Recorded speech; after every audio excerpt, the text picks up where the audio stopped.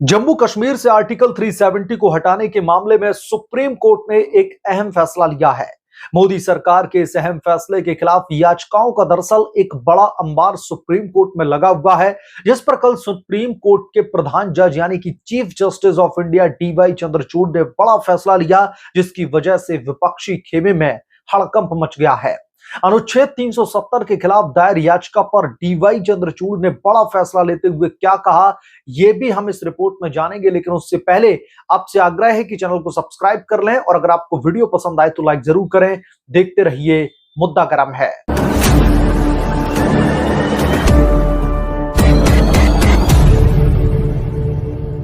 कश्मीर से आर्टिकल 370 और 35A हटाने को सही ठहराने की मांग करने वाली याचिका को सुप्रीम कोर्ट ने सिरे से खारिज कर दिया है। Chief justice of India DY Chandrachud ने कहा कि यह कैसी याचिका है, हमें आपकी याचिका पर वो घोषणा क्यों करनी चाहिए। दरअसल याचिकाकर्ता की ओर से पेश वकील से कोर्ट ने पूछा कि आपके क्लाइंट को किसने राय दी है। जस्टिस डीवाई चंद्रचूड़ की अध्यक्षता वाली पीठ ने कहा कि आर्टिकल 370 को निरस्त करने की संवैधानिक वैधता का मुद्दा पहले से ही शीर्ष अदालत की संविधान पीठ के समक्ष लंबित है। बेंच में जस्टिस जेबी पारदीवाला और जस्टिस मनोज मिश्रा भी शामिल थे। अनुच्छेद 370 और अनुच्छेद 35A को हटाने की संवैधानिक वैधता का मुद्दा संविधान पीठ के समक्ष पेंडिंग है। Chief justice of India DY Chandrachud, justice Sanjay Kishan Kaul, justice Sanjiv Khanna, justice BR Gavai और जस्टिस सूर्यकांत की कॉन्स्टिट्यूशनल बेंच इस मामले में लगातार सुनवाई कर रही है। इस याचिका को खारिज करने से पहले सुप्रीम कोर्ट में क्या जिरह की गई थी और मोदी सरकार की ओर से क्या पक्ष रखा गया 370 को हटाने को लेकर के, हम ये भी दरअसल जान लेते हैं। मोदी सरकार ने अपनी पहली दलील में आर्टिकल 370 हटाने के फैसले का बचाव किया। अपने एफिडेविट में केंद्र की मोदी सरकार ने कहा कि आर्टिकल 370 हटने से टेरर नेटवर्क घाटी में दरअसल पूरी तरीके से तबाह हो चुका है। इतना ही नहीं, पत्थरबाजी और सड़कों पर हिंसा जैसी चीजें अतीत का अब हिस्सा बन चुकी हैं। अब वहां पर कोई हिमाकत नहीं कर सकता कि देश की सेना के सामने पत्थर उठा सके। मोदी सरकार ने अपनी दूसरी दलील में कहा कि अब टेरर इकोसिस्टम पूरी तरीके से खत्म हो चुका है। यह आतंकवादियों की भर्ती से साफ तौर पर जाहिर होता है।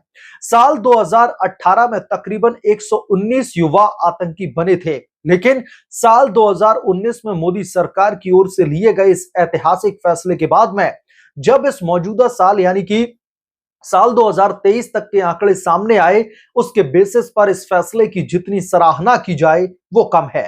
दरअसल यह आंकड़ा 199 से घटकर 2023 में सिर्फ 12 रह गया है, जो कि एक बड़े बदलाव की ओर इशारा कर रहा है। मोदी सरकार ने अपनी अगली दलील में दरअसल कहा है कि घाटी में पत्थरबाजी की घटनाएं आतंकवाद और अलगाववाद के एजेंडे का हिस्सा थी। साल 2018 में यह चरम पर थी। उस दौरान घाटी में 1767 पत्थरबाजी की घटनाएं हुई थी, लेकिन अब वहां पर ऐसी कोई भी घटना देखने के लिए नहीं मिलती है। इसके बाद में मोदी सरकार की ओर से सुप्रीम कोर्ट में एक सबसे अहम दलील पेश की जाती है और इस दलील में कहा गया कि जब घाटी में स्कूल, कॉलेज और उद्योग अब दरअसल सुचारू रूप से चल रहे हैं, जो कि पहले बिल्कुल भी नहीं चलते थे, घाटी में अब विकास देखने के लिए मिल रहा है और अब वहां की आवाम सुकून से जी रही है। वहीं याचिकाकर्ताओं के वकीलों ने भी सुनवाई के दौरान कई अहम मुद्दे उठाने की कोशिश की। 16 अगस्त को हुई सुनवाई के दौरान कहा गया कि जम्मू कश्मीर को 2 केंद्र शासित प्रदेशों में बांटते समय अनुच्छेद 239A का पालन नहीं किया गया। जम्मू कश्मीर पीपल्स कांग्रेस कॉन्फ्रेंस के वकील राजीव धवन ने कहा कि जम्मू कश्मीर को 2 केंद्र शासित प्रदेशों में परिवर्तित करते समय संविधान के अनुच्छेद 239A का दरअसल पालन बिल्कुल भी नहीं किया गया। अनुच्छेद 239A के मुताबिक कुछ केंद्र शासित प्रदेशों के लिए स्थानीय विधानसभाओं या फिर मंत्रिपरिषद या फिर दोनों के निर्माण की शक्ति संसद के पास में है। सुप्रीम कोर्ट ने 10 अगस्त की सुनवाई के दौरान कहा था कि अक्टूबर 1947 में पूर्व रियासत के विलय के साथ जम्मू कश्मीर की संप्रभुता का भारत को समर्पण दरअसल पूरा हो गया था और यह कहना मुश्किल था कि आर्टिकल 370 जो कि उसे विशेष दर्जा प्रदान करता था, स्थायी था। यही नहीं, कहा जा सकता है कि जम्मू कश्मीर में संप्रभुता के कुछ तथ्यों को अनुच्छेद 370 के बाद भी बरकरार रखा गया था। बुधवार को सीनियर एडवोकेट सुब्रमण्यम ने कहा था कि विलय के समय जम्मू कश्मीर किसी अन्य राज्य की तरह नहीं था, उसका अपना संविधान था। हमारे संविधान में दरअसल विधानसभा और संविधान सभा दोनों को मान्यता प्राप्त है।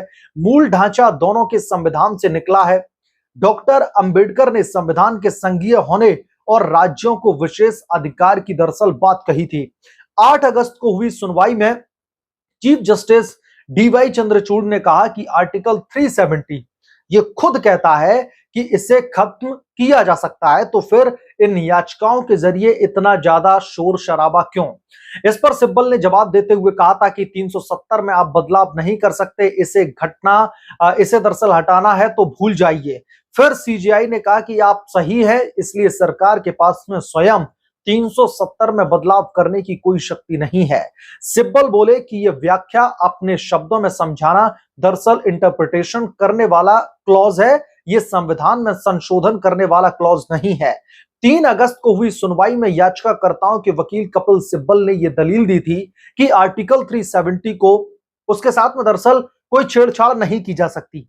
इसके जवाब में जस्टिस खन्ना ने कहा था कि इस आर्टिकल का सेक्शन सी ऐसा नहीं कहता है, यानी कि सेक्शन सी के तहत इसमें छेड़छाड़ की जा सकती है। इसके बाद में सिब्बल ने कहा कि मैं आपको दिखा सकता हूं कि आर्टिकल 370 स्थायी है। इस पर सीजेआई डीवाई चंद्रचूड़ ने कहा कि अभी तक जम्मू कश्मीर की सहमति की आवश्यकता है और अन्य राज्यों के लिए विधेयक पेश करने के लिए केवल विचारों की जरूरत है। तो ये जो तमाम दलीलें थी इस मामले को लेकर के लगातार सुनवाई के दौरान पेश की गई। वहीं मैंने आपको मोदी सरकार का भी वर्जन बताया जो कि उनके वकील की तरफ से सुप्रीम कोर्ट में उन्होंने पक्ष रखा और उन्होंने बताया कि 370 के हटने के बाद में जम्मू कश्मीर में किस तरीके से बड़े पैमाने पर बदलाव देखने के लिए हमें मिले हैं। जो कि टेरर हब बना हुआ था वहां पर अब शांति की बयार बह रही है। जहां पर जो पत्थरबाजी की घटनाएं थी वो पत्थरबाजी की घटनाओं में जिस तरीके से 2018 तक एक के बाद एक साल दर साल हमने इजाफा होते हुए देखा था, उन घटनाओं में भी बड़े पैमाने पर कमी देखने के लिए मिली है। और मोदी सरकार ने साफ तौर पर अपनी सफाई में अपने एफिडेविट में यह कहा है कि जम्मू कश्मीर में पत्थरबाजी दरअसल आतंकवाद और अलगाववाद का एक एजेंडा था। उस पर मोदी सरकार के इस फैसले ने बड़ा कुठारा घात किया है। तो फिलहाल सुप्रीम कोर्ट ने एक जनहित याचिका के तहत दरअसल एक याचिका दायर की गई थी और उसमें जम्मू कश्मीर में जो आर्टिकल 370 को हटाने का फैसला मोदी सरकार की तरफ से लिया गया था उसके खिलाफ में ये याचिका थी। तो डीवाई चंद्रचूड़ ने दरअसल साफ तौर पर यह कहा कि यह किस तरीके की याचिका है और आप किस तरीके के स्टेटमेंट इस याचिका के जरिए सुप्रीम कोर्ट को करने के लिए कह रहे हैं, जिसके बेसिस पर डीवाई चंद्रचूड़ की तरफ से इस याचिका को सिरे से खारिज कर दिया गया है, जिसकी वजह से विपक्षी खेमे में दरअसल हलचल तेज होती हुई दिखाई दे रही है। बहरहाल इस पूरे के पूरे मामले को लेकर के आपका क्या पॉइंट ऑफ व्यू है हमें कमेंट करके जरूर बताएं। जल्द मिलूंगा किसी दूसरे बड़े अपडेट के साथ में, तब तक के लिए धन्यवाद। अगर आप लोग चैनल पर नए हैं तो प्लीज चैनल को सब्सक्राइब कर लें, साइड बने बेल आइकन को भी प्रेस कर लें ताकि जैसे ही मैं कोई नया अपडेट लेकर के आऊं तो उसकी जानकारी सबसे पहले आपको मिले।